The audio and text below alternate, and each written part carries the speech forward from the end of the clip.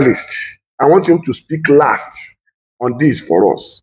Let him tell us and also give us some instances around what you have been doing and also what you will do to make sure that, as an expert, your contribution towards having peaceful, inclusive, and credible elections. Thank you very much for calling me last. I really appreciate it. I am, with very due respect and without being immodest, I am a journalist first, and I've practiced journalism for 47 years, reporting politics. I've never reported anything other than politics.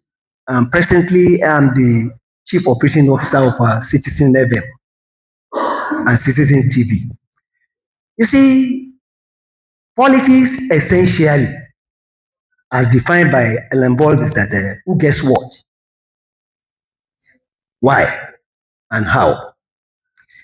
And politicians are more interested in getting power. Don't think that a politician is more interested in service to the people. To start with, is more interested in being in power. Even if you want to serve people at that level, you must be in power. You don't need to be in power to do good, but then at what level? What you can do as an individual to help is not the same thing as what a governor will do if he decides to embark on good policies with a view to serving the people and improving the welfare and well-being of citizens. Well, I want politicians to know that public office is public trust and it must not be abused. How many of them do they believe in this? Not many of them. And political parties too are out, essentially to win election. Whatever will make them win election is what they will do. When the candidate of APC brought another person who is of the same faith with him to contest, one of my friends who is a professor said that, Salami, what type of rubbish is this? Muslim ticket. What would this portend for the country? They will not win the election. I say in your capacity as INEC. You see, whatever ticket, what the politician is interested in is what permutation or formula will give me victory. It's not political identity, it's not religious identity. Muslim ticket is not a religious identity. It is a political formula that they think will give them victory. If you think Christian ticket will give you victory, go ahead. I'm even looking forward to seeing a country where your religion will not matter. What will matter is when he was a commissioner of police, he did this, and this. Now that he is no more in service, he is now a politician and he wants to contest for this election. Because of his antecedent, let us vote for him. That to me is more important than the religion you profess. Whatever religion you profess, it is a personal thing between you and your God. If we think of what is happening in Nigeria today, those who brought us to where we are today, if they are not Samuel or Solomon, they are Muhammad or Abdul. Where was the Quran? Where was the Bible? Why they were stealing?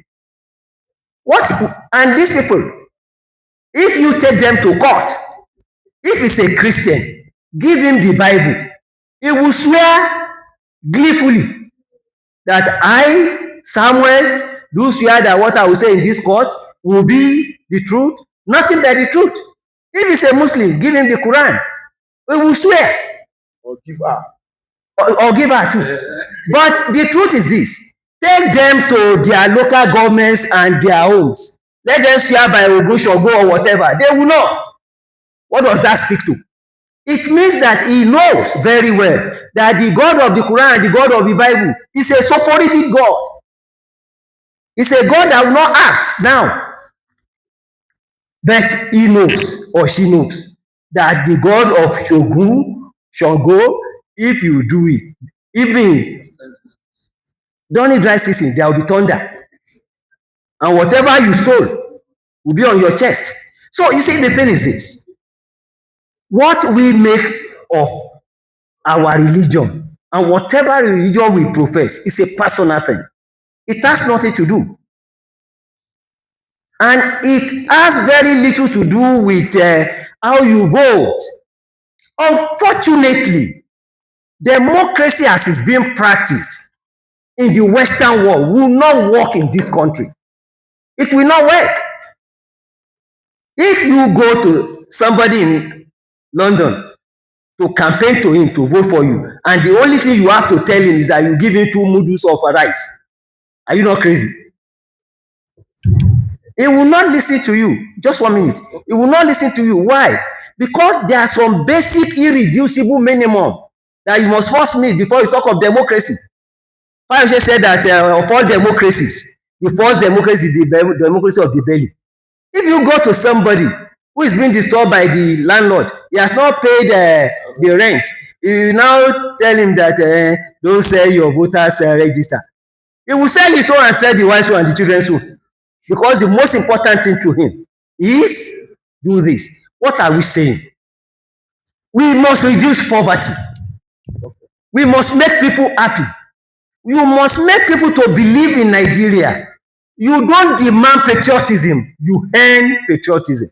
Americans are patriotic because wherever they are on the earth, they know the power of America is behind them. Can you say that? Or the same thing of Nigeria, that wherever you are on earth, Nigerian government is behind you. Thank you very much. Thank you very much.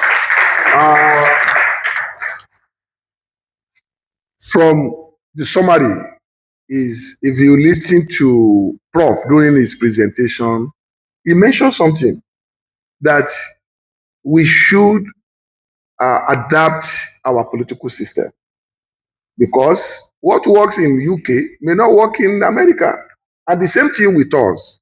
And I think we are moving towards that localization. Yes, democracy, even we are not even practicing the democracy as Americans do. So meaning we should also go back to the drawing board and see how we can adapt the system that suits us. In 1993, during the general election of late Chief MK Abiola, we did Operation A4. And that was what political parties did recently. Though the counting was funny, but we'll not talk about that counting. But it means we have realized, no, the counting during the primaries. So we realize now that I think that option A4, if it is a system that will be better for us in Nigeria, can we queue? Because some landlords were surprised when they look at their line, even their tenants didn't queue at their back. And they have their reason for not doing that. So if that will help us to reduce the amount of money we are spending on election in Nigeria, why not we look at it as an option for us? And the NUJ president mentioned something which, by the time we put it side by side, the number of security operatives that we deploy during election, if you look at the number, if you add it to number of people that voted in an election, that is where we are getting the discrepancy from low voter turnout. Because you are serving in Kogi during general election, automatically you will not be in Kogi to uh, to practice your security work. You may be transferred to Benue, you may be transferred to Ogun State. Anything can happen. But my experience when I went for election mission in Ghana, like NUJ president said, can we trust you with ballot paper? And you go home to go and vote and return it. Because in Ghana, if you are on election duty, you are not member of INEC. You will vote a week before their general election. And they will keep the ballot paper. They will not count it. Especially for the parliamentary election. Then the driver that took me to the northern part of Ghana, 16 hours from Accra, during presidential election, he voted with his card. It's only in parliamentary election you cannot vote outside your constituency. But for presidential election, in as much as you are within Ghana, you can vote anywhere. They didn't deny that driver that opportunity. The same thing with the security operatives that works during election, in Ghana election. And we witnessed the same thing in Cote d'Ivoire.